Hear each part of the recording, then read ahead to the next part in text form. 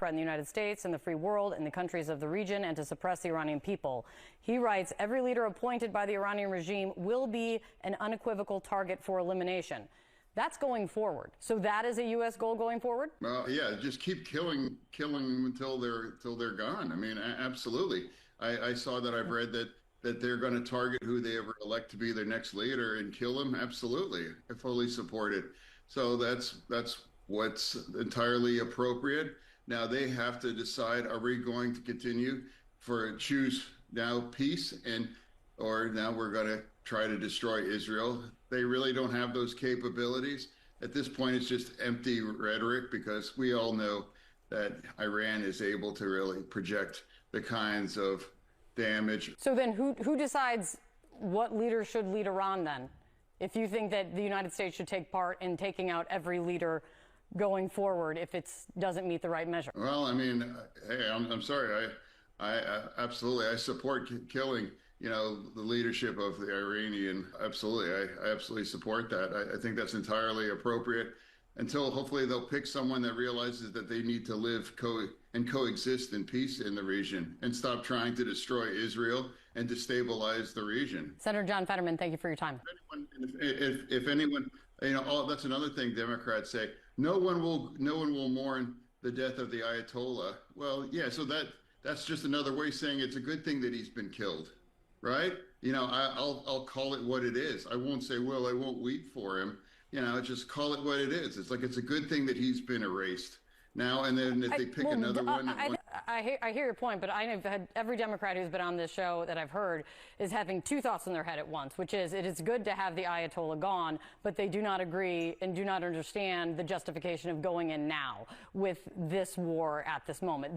That is the distinction I've heard from other Democrats on this show, but we are now out of time. Senator, thank you for your time. Well, the reason action is happening now is because Donald J. Trump is done playing games. For years, there have been warnings, sanctions, and diplomacy talk. At some point, a true leader has to decide that the threats can't just be ignored anymore. Now, here we have these biased liberal media outlets trying their hardest to shame Fetterman for taking Trump's side on the war in Iran. Meanwhile, other Dems are trying to hold two positions at once, saying the Ayatollah being gone is good, while also criticizing the strategy. But Fetterman is doing something rare. He's picking a side and standing on it. We've got Democratic Senator John Fetterman going on television and saying something you almost never hear from his side of the aisle. He's not hedging. He's not dancing around. He's saying flat out that if Iran keeps installing leaders who threaten the United States, Israel, and stability in the region, well, then those leaders should remain targets for elimination. Now think about that for a second. This isn't coming from a Republican. This is a Democrat saying it's entirely appropriate to keep targeting hostile Iranian leadership until they finally choose someone willingly to coexist peacefully and stop destabilizing the region. And honestly, whether you agree with him or not, you have to acknowledge this moment. In a political climate where many Dems are trying to speak out of both sides of their mouth, Fetterman is doing something rare. He's picking a side and standing on it. But the crazy part is that some Dems will try to make it seem like Fetterman is a traitor just for having common sense. Why did you think it was important to shake President Trump's hand? Well, of course, that's the president. You don't have to agree with everything.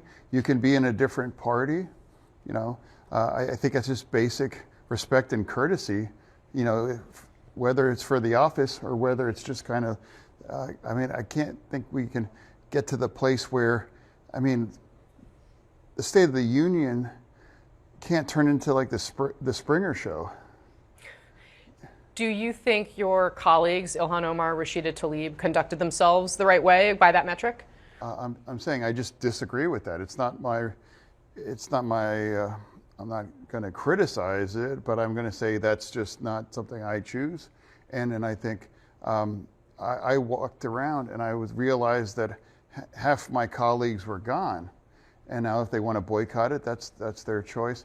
But I think overall, I don't see that coming back to, I remember back in 2009 when, I forget his name, Joe Wilson, yelled. I mean, that was really provocative and shocking to people, and that had bipartisan.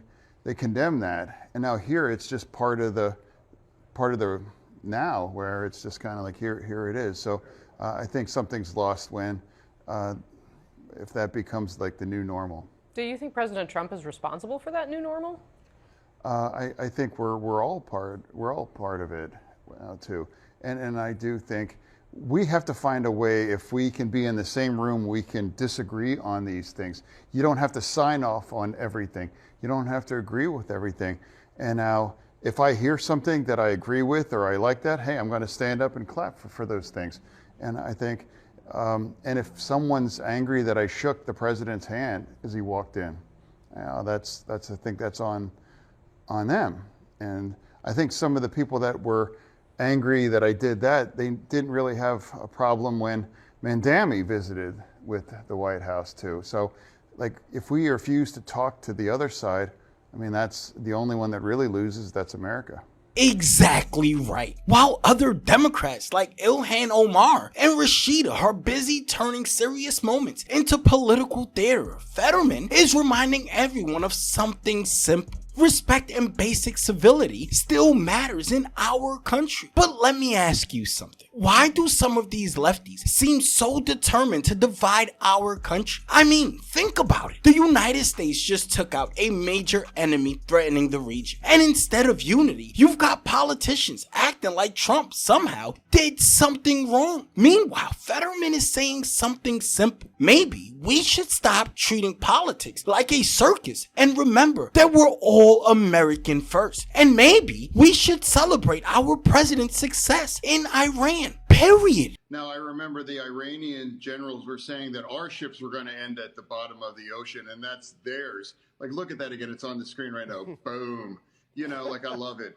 I mean, so I don't know why we can't be on and just celebrate that. But I guarantee you, every single member of the Congress that you just had there said we can never allow Iran to acquire a nuclear bomb. And now that's happened now, and now it's made that impossible right now. And then we all agree. They all now say, well, we won't grieve, that the Ayatollah is gone. So, when someone did that and made sure that possible, why can't we as a Democrat just say, hey, I think that's a good thing. I think that the world's safer. I think it's more just. And then I do think we have a possible path for real, true, enduring peace in the region. I will say that. I will acknowledge that, because why they can't, because they've seen that too. And they all know that we can never allow them to have a nuclear bomb, and that it's better that he's been killed.